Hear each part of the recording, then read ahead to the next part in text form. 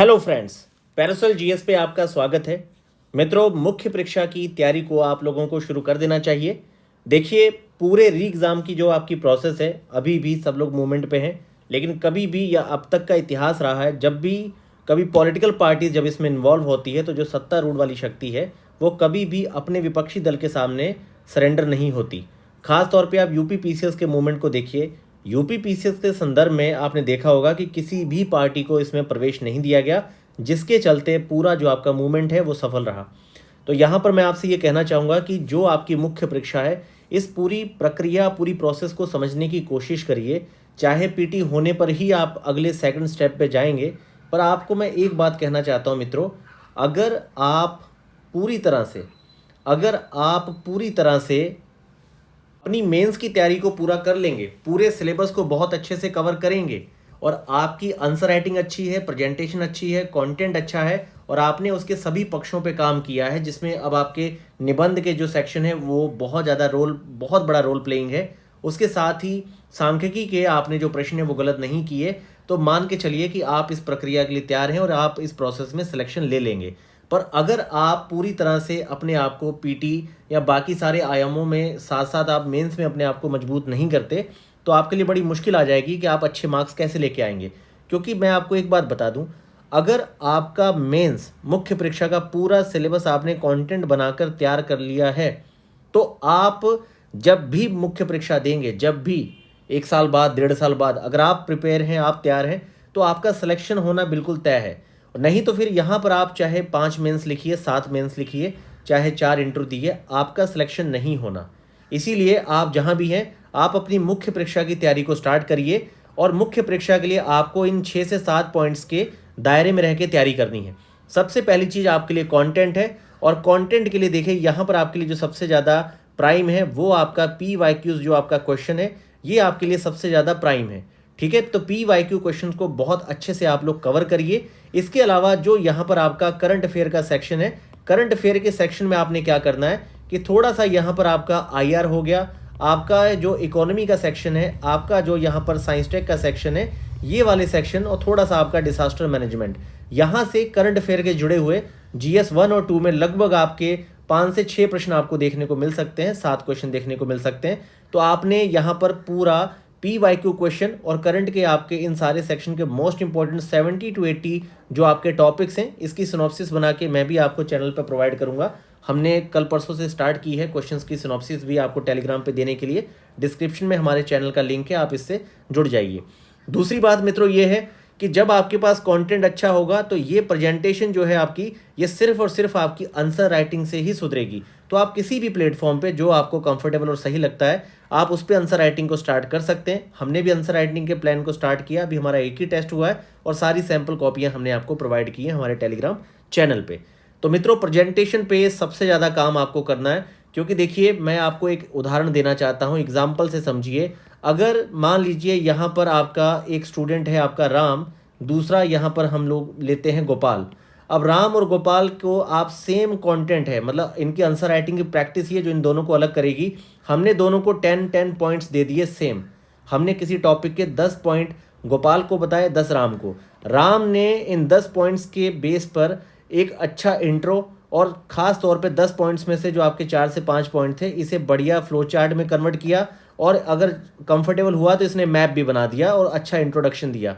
इसी 10 पॉइंट को, यही आपकी प्रेजेंट करने की आर्ट होती है और ये कहना बड़ा आसान होता है। कंटेंट, फ्लो चार्ट, मैप का इस्तेमाल, अच्छे इंट्रोडक्शन और डेटा को सही से प्रेजेंट करना। पर जब आप वहाँ पर लिखते हैं और आपकी स्पीड कम रहती है तो आपके लिए ये चीज़ें सहज रूप से कर पाना बहुत मुश्किलपूर्ण हो जाता है। और वहीं गोपाल अगर इन 10 पॉइंट्स को सीधा छोटे मोटे पैरा में लिख के आ जाएगा, तो जब मार्क्स आएंगे, ये बंदा अगर 38 में से 22 मार्क्स पा रहा है तो ये बंदा कहीं ना कहीं 17-18 पे रह जाएगा सेम कंटेंट पे भी। ये जो 5 और 6 मार्क्स 38 मार्क्स में से, या फिर एक छोटे प्रश्न में 1 से 1.5 नंबर का भी अंतर आता है, तो ये अंतर छोटा मोटा नहीं, ये अंतर अपने आप में बहुत बड़ा हो जाता है। यही सब चीज़ें मैं आपको यहाँ पर समझा रहा हूँ कि आप लोग, सबसे पहली चीज़ है कंटेंट, ठीक। दूसरी सबसे बड़ी बात यह है कि बहुत सारे ऐसे टॉपिक जहाँ पे आपको डर लगता है, आपकी पकड़ अच्छी नहीं है, जिसमें आपका इकोनॉमी है, आईआर है, साइंस टेक का सेक्शन है, तो इस पर आप डिस्क्रिप्टिव जो आपके विजन आईएएस की बुकलेट आती है वो भी पढ़ सकते हैं। खास तौर पे ज़्यादा नहीं, आपको सिर्फ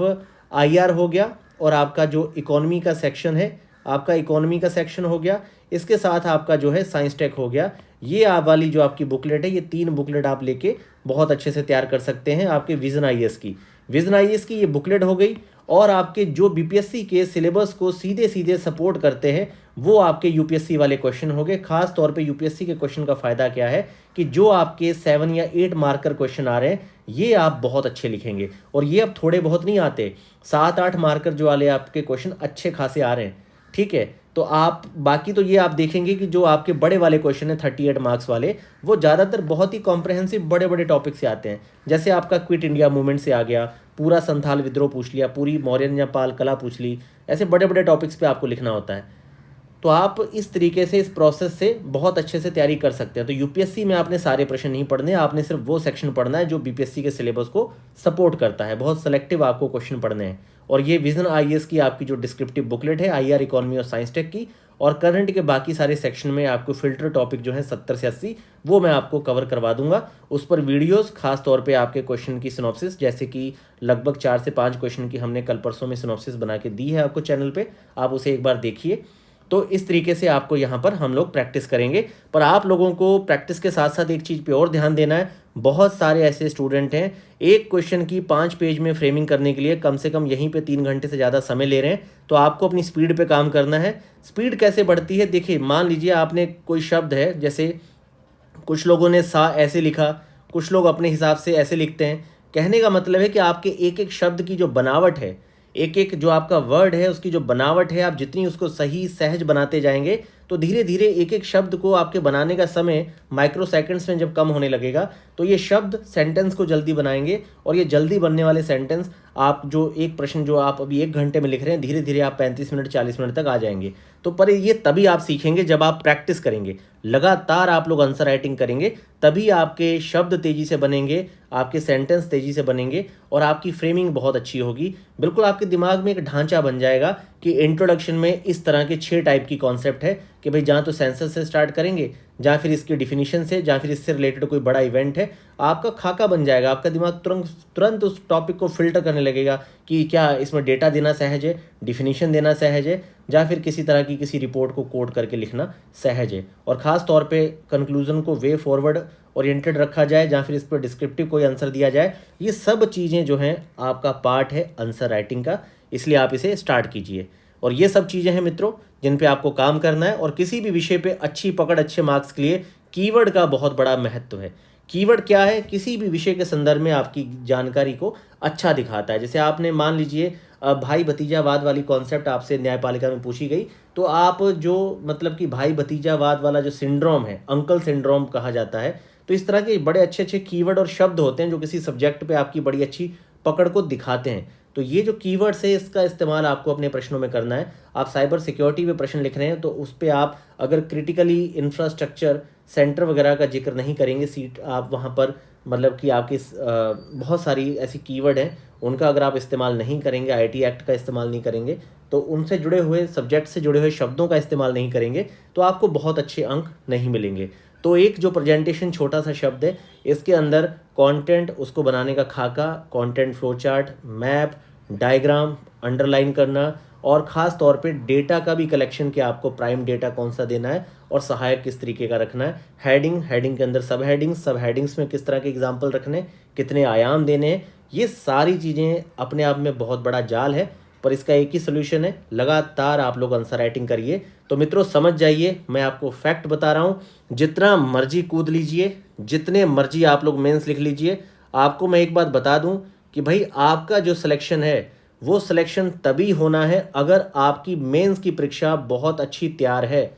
अगर आपका मेंस बहुत अच्छे से तैयार है, अगर आपकी मुख्य परीक्षा बहुत अच्छे से तैयार है, तभी आपका जो है वो सिलेक्शन होना है। नहीं तो आप मान लीजिए जितना मर्जी पढ़ लीजिए, आधी अधूरी तैयारी में आप 1 2 3 4 5 6 7 8 आप 37 वर्ष तक जनरल कैटेगरी, बाकी कैटेगरीज के अलग अलग ईयर हैं, बीपीएससी के मेंस लिखते रहिए। मैं कहता हूं आप 21 से 37 तक आने वाले 12 मेंस लिख दीजिए, सिलेक्शन नहीं होगा। और एक मेंस आपको एसडीएम बना सकता है, आप ये जान जाइए। क्यों? क्योंकि अगर आपका मेंस तैयार है तो इसीलिए बार बार प्रक्रिया को मतलब मत दीजिए, बहुत ही पेनफुल टाइप की प्रक्रिया है। एक बार इस बार आप इस तरीके से मेंस को तैयार करिए कि बाय द वे अगर आपकी 70 बीपीएससी में नहीं होता कोई बात नहीं, जीवन का अंत नहीं है, ठीक है। 71 बीपीएससी भी आपकी इसके बाद तुरंत आ जाएगी, बहुत लेट होगी, ठीक है। सितंबर में पीटी है, उसका जनवरी फरवरी में मेंस लिखा जाएगा। लेकिन जब ये मेंस लिखिए तो यहाँ पर भी वही सब ना हो कि मेरा स्टैट गलत हो गया, मैं बढ़ा सकता था, मेरा 10 नंबर से नहीं हुआ, 12 नंबर से नहीं हुआ। ये 10-12 का चक्कर छोड़िए, अपने आप को कट ऑफ से 50 क्वेश्चन ऊपर लेके जाइए, 50 मार्क्स ऊपर लेके जाइए, क्योंकि बीपीएससी का जो पैटर्न है 3 पेपरों में 50 मार्क्स ऊपर का मतलब है कि आप बहुत अच्छी रैंक के साथ आपका सिलेक्शन हो जाएगा। तो मेन मैं यहाँ चाहता हूँ कि आप मित्रों किसी भी समस्या की जो जड़ है उसे पकड़ने का प्रयास करिए, बाकी सारी छोटी चीज़ों को छोड़ दीजिए, उनसे कोई फ़र्क नहीं पड़ता। इसीलिए मैं आपसे ये कह रहा हूँ कि ये एक प्रक्रिया है, ये इस प्रक्रिया में यही है कि आप कभी भी अपनी 7 से 8 घंटे की पढ़ाई को ना छोड़ें और लगातार आप लोग अपना जो आपका नोट्स है, चाहे वो आपका आपने चाहे कोई कंटेंट है, आप उसे बहुत अच्छे से तैयार करिए और उसके अकॉर्डिंग आप लोगों को क्या करना चाहिए, आप लोगों को आंसर राइटिंग पे लगातार प्रैक्टिस देनी चाहिए। इसी से आपके मार्क्स आएंगे, क्योंकि मित्रों ये जो 38 मार्क्स है सही राइटिंग प्रैक्टिस के बाद 22 से 25 तक स्टूडेंट मार्क्स पा रहे हैं और कई लोग सिर्फ 14 से 16 मार्क्स तक पा रहे हैं। तो ये बहुत बड़ा अंतर है और ये थोड़ा बहुत अंतर नहीं है। सेम ऐसे ही अगर आप छोटे प्रश्न में 1 या मैं कहता हूँ कि 1.5 के आसपास का अंक आप कम पाएंगे तो फाइनली आप उस बंदे से ही 70 से 80 मार्क्स पिछड़ जाएंगे। तो इसीलिए अब आप लोगों को अपनी ये जो आपकी प्रक्रिया है इसको समझ जाइए। अगर आप समझ गए तो समझ जाइए आपका सिलेक्शन सबसे जल्दी होना है। उतावलापन दिखाने वाले, कमज़ोर मेंस वाले, चाहे इस पीटी को निकालें चाहे इसके आगे वाले को निकालें, फाइनल सिलेक्शन नहीं होना है, फाइनल लिस्ट में नाम नहीं आना है, फाइनल आपके अकाउंट में सैलरी क्रेडिट नहीं होनी है। सिलेक्शन उसी का होना है जब उसका मेंस तैयार होगा, चाहे आप इस वाले में कर लें चाहे नेक्स्ट वाले में कर लें। इसीलिए मेंस को तैयार करने पे ध्यान दीजिए, सिलेक्शन आपका हो जाएगा। इस बात पे आप लोगों को ध्यान देना।